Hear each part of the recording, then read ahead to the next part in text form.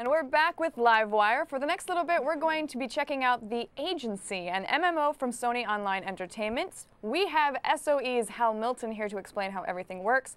Jason, it's your turn again. All right. Hey, Hal. Hey. Hey, I saw The Agency CES. It was a very cool game. It's a very kind of difficult game kind of describe because it's not a typical MMO. So could you guys give, what is The Agency? Yeah, The Agency, in a nutshell, it's a chance for a player to live the life of a lead agent in an online persistent shooter on their PS3 or PC or whatever they decide to play it on. And we want them to be able to decide only what kind of agent do you want to be. You want to be part of Paragon, which is like the paramilitary global operations network, a bunch of hard-boiled mercenaries that care more about results than appearance, or you want to be part of Unite. Unite is the United Nations intelligence and tactical experts, tongue firmly in cheek. Yes. And they're basically more of the James Bond-style super spies. And players get to actually just define their character and jump into an online world that can be potentially filled with thousands of other players that they'll be able to interact with over time and perform missions to advance their career or go engage in some PvP activities to see who's the best on the leaderboards or do a host of other work. Yeah, So. but it's not an MMORPG. It's kind of a blend of like online action or episodic entertainment or what? Yeah, that's why we like the term online persistent shooter. So basically, it's a shooter, it's online, and everything about the world itself persists. So what we try to create there is not just a typical grindy MMO experience, so you're killing 80,000 wolves to get 90,000 pelts to turn into some other widget. Instead, it's about attitude, lifestyle, and then eventually building your own pocket agency. And so it's kind of neat. You get introduced into the world through the main faction that you pick, the main agency you pick. And as you play, you start collecting these collectible characters throughout the world called operatives. They're your money pennies, your Q branch, your Chloe from 24, and you'll be kind of building your own presence and then joining up with other players to form joint agencies where your operatives can now share on bigger tasks. And yeah, it's kind of a combination of combat and non-combat moment-to-moment gameplay, and this long-term gameplay through operatives that'll reach out to you, if you choose to, outside of the game world. Because they work when you're not at your PS3, so you can come back to the game and stuff's waiting for you. If you're opted in, because everyone hates unsolicited spam, these guys are going to be able to provide you messages via your cell phone or email. So the example I've given ad infinitum, but it's really fun to give, is I've got two operatives working for me. One's building me a new type of weapon. The other is off investigating a gang in Lithuania. Because operatives can go everywhere you can't. We want a global game of intrigue and espionage that ties players and our story together. And we can't build the whole Earth. We'd be lying if we said we could. So operatives go everywhere else to keep global intrigues in play. So I've set those guys in those tasks. I'm off somewhere in the real world, at work, at school, at the beach, etc. And I get a message, and this guy going, "Oh yeah, that weapon you wanted? It's waiting for you." Yes. Haha, got to get back in. And then the other message will come through, and it's, "Oh yeah, those guys you wanted me to find, yeah, I found them. They found me. They were asking for $1 million, so they're going to kill me. Text 1 to send $1 million. Text 2 to let him die."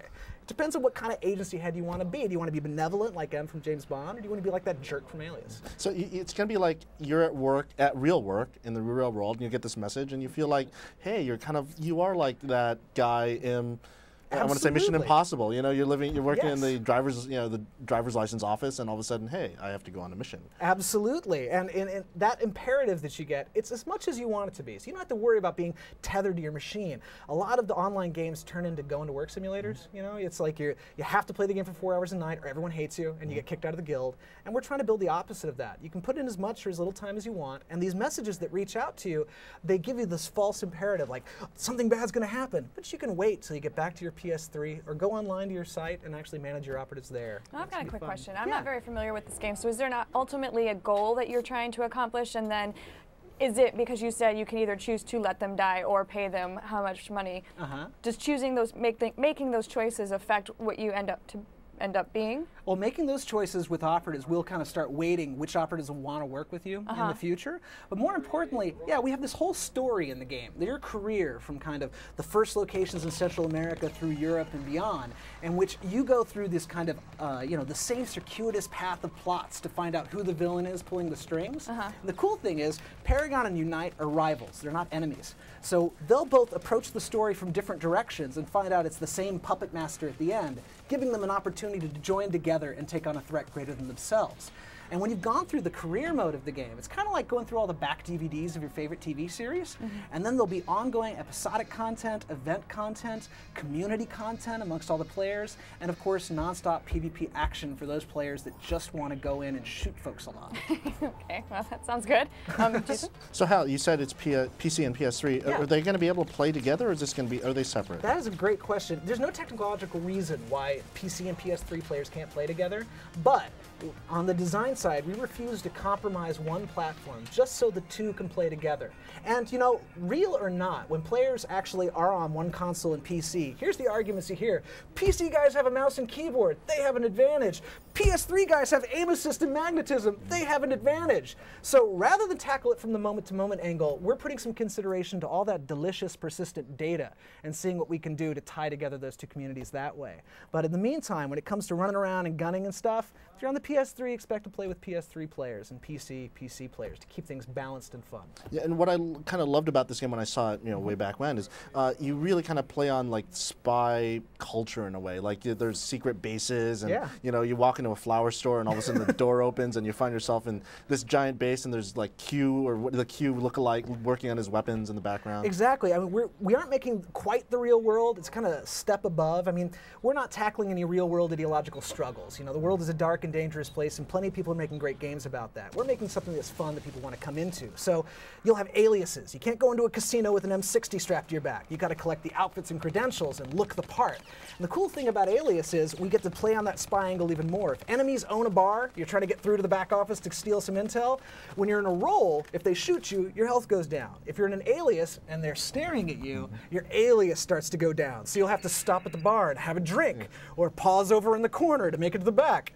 And all of those things, we're trying to get to the fun and the tongue-in-cheek nature of our world, not keep it too dark and gritty. We want to make, as our art director puts it, want to create a world people want to run to, not away from, and hit all those touchstones of action and espionage that people have always wanted or fantasized to have their own wishes fulfilled in. So to have spies, you have to have quote-unquote normal people. I mean, are those strictly NPCs, or how's that going to work? Well, there are some NPCs in the world, but we've actually crafted the fiction of our world to be spies and mercs are ubiquitous. There's agencies all over the place, and most of the civilians are almost kind of bored about them until the explosions, of course, go off, and then they get a little terrified. So we've actually tried to address in our lore all of the little touchstones that make an online game an online game, our world, and how it's different than the real world. I see. And then I wanted to ask, it's something you could play, I remember something you could play it by yourself, so it's, the entire game is soloable in a way, but then you could team up with 2 or 3 other people, and you have much more fun coordinating all your attacks and such. Yeah, so it is a full online game. You're online in the main world, but some folks love online worlds, but that other people part kind of freaks them out a bit. So all of our career content, the main career content, is inherently soloable, but it's all replayable with multiple ratings. So if you want to solo your way through the career, you can, but expect to get a lot of bronzes. If you want to get silvers or golds, you either have to revisit them when you're more powerful, or just find a couple people to join you. And our matchmaking stuff should make that really fun. Oh, sorry to interrupt, but we're actually running out a little bit of time, so we're going to move on to reader questions. I Am Akin wants to know, will the agency feature cross-platform play for PS3 and PC, which we actually already answered, no. And I Am Akin has a follow-up to that. Will there be a beta, and if so, can he join? There will indeed be a beta, and people will be able to join it. We'll have a number of incentives out there for folks to get in the earlier phases, and then we'll have a wider open beta towards the end. Because if it doesn't work right in beta, it's not going to be a final game, and we need as many people in there breaking our stuff as much as possible. Awesome. So we zipped through those questions pretty fast. Did you want to round up with anything? Is there anything we should see? I'm just really curious to see when's it going to be available to play. Well, you know, as a designer, I'm required by law to say when it's ready and when it's fun. We're entering into alpha this summer, and which it is the middle of right now. And once we're out of alpha, and I'm sorry, as unsatisfying as this response is, once we're out of alpha, we're in beta. And once we're out of beta, we're on the shelves. But as soon as that game is rock solid and everything we're talking about is as fun as it sounds, then we're going to get in everybody's hot little hands. All right. All right, well, we're going to take off. Thanks so much for joining us. It's nice to have an MMO that doesn't necessarily revolve around orcs and elves. You know, not that that's bad, but you gotta try other things. Guys, I actually have to eat, and so does the rest of the crew, so we will be back after lunch with much more live demos.